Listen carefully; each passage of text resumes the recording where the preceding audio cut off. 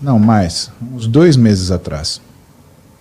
Eu fui pegar minha família para jantar. Tô descendo a Joaquim Eugênio de Lima para fazer a volta, subir na Campinas e jantar num restaurante que meu pai me leva desde criancinha, que é o Lelis, no começo da Campinas. Uhum. E eu adoro aquele lugar, porque aquele lugar para mim ele tem uma conotação afetiva.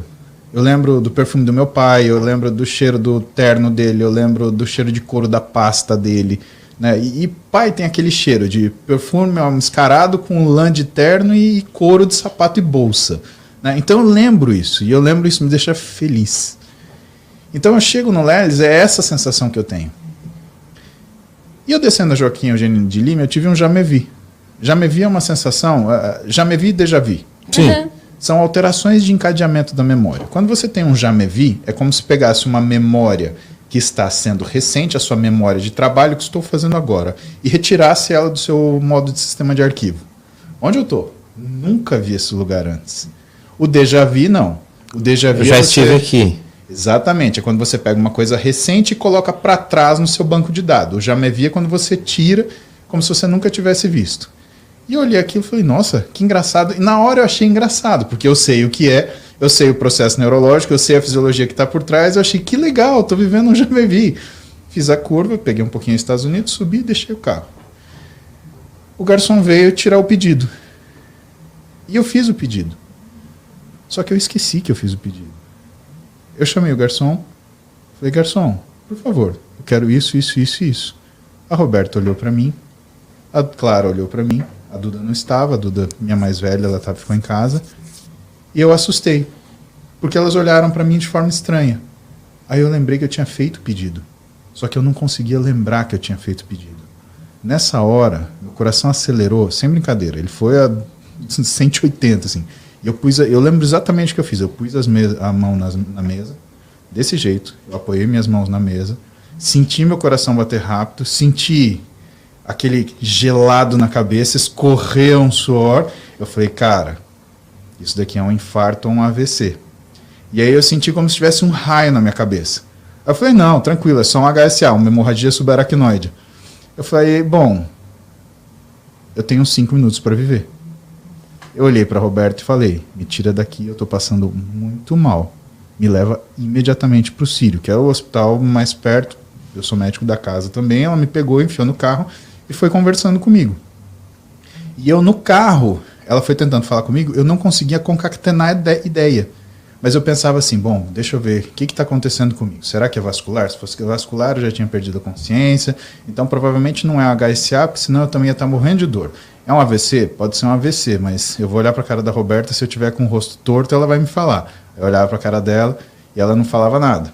Então, não, e ela falando, tentando conversar comigo, e eu tentando, né? Tem um acrônimozinho que a gente chama de Midnight, né? Que é para saber do que é, você tentar fazer o diagnóstico do que está acontecendo. M de metabólico, é uma coisa metabólica, I de infeccioso, né? E por aí você vai. E eu tentando pensar se era alguma coisa com trauma, se era alguma coisa neoplásica, se era alguma coisa metabólica.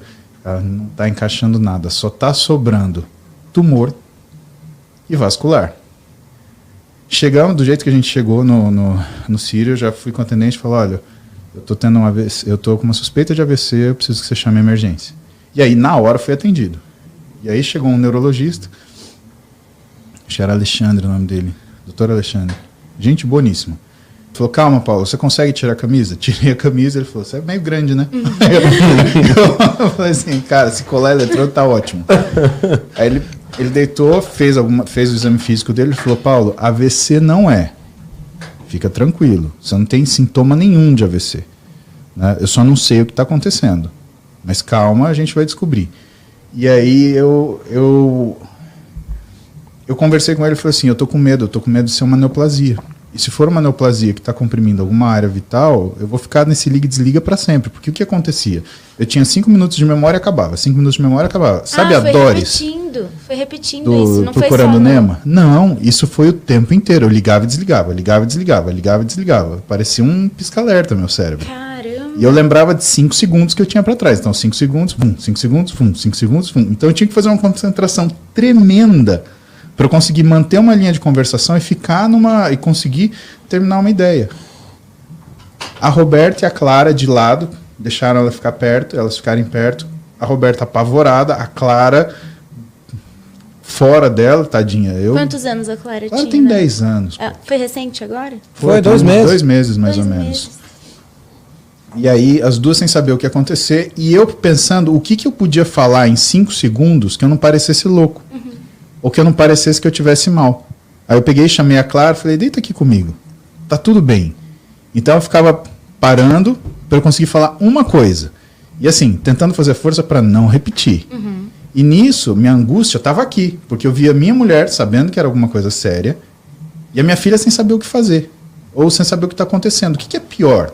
Né? Você ter a certeza de que é alguma coisa séria ou você ser absolutamente ignorante. E eu estava vendo essas duas coisas acontecer ao mesmo tempo e eu, por mais que eu não tivesse consciência para saber e pensar aquilo, eu sentia aquilo.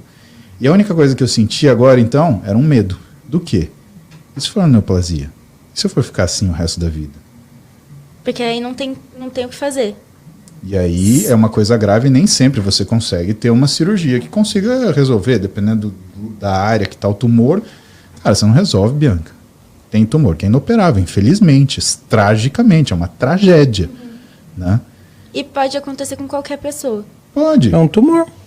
Exatamente. Pode tumor no cérebro. Pode acontecer com qualquer um, independente da idade. E aí o que eu vi? Eu vi minha vida acabar assim. Minha vida virou 5 segundos. Fui para Tomo. Eu não lembro de ter ido para Tomo. Eu não lembro de ter estado na Tomo. Na volta, eu lembro do Alexandre que falou, olha, não tem nada na Tomo, tá limpa. Você não tem nada na cabeça, literalmente.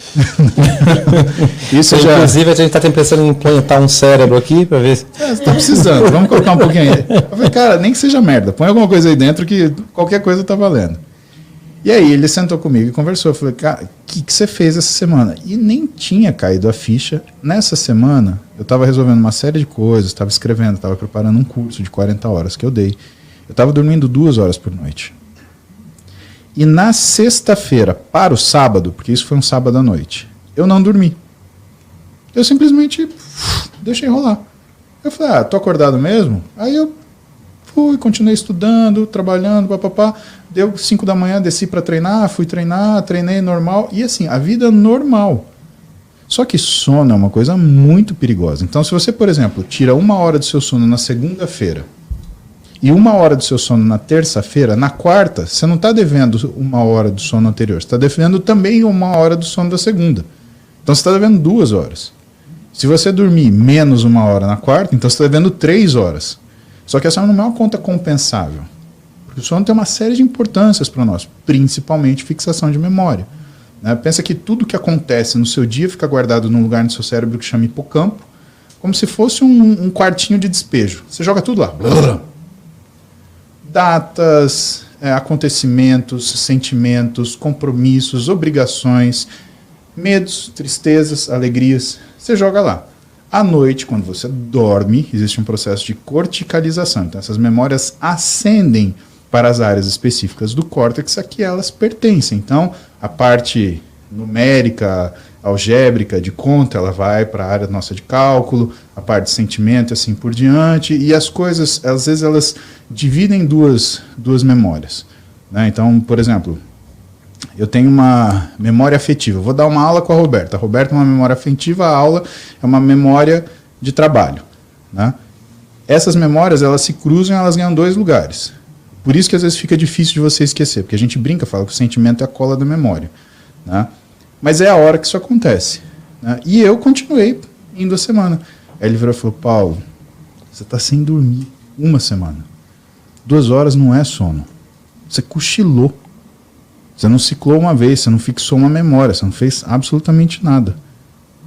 E era esperado que você tivesse assim. Aí ele me deu uma medicação mais forte para desacelerar o pensamento.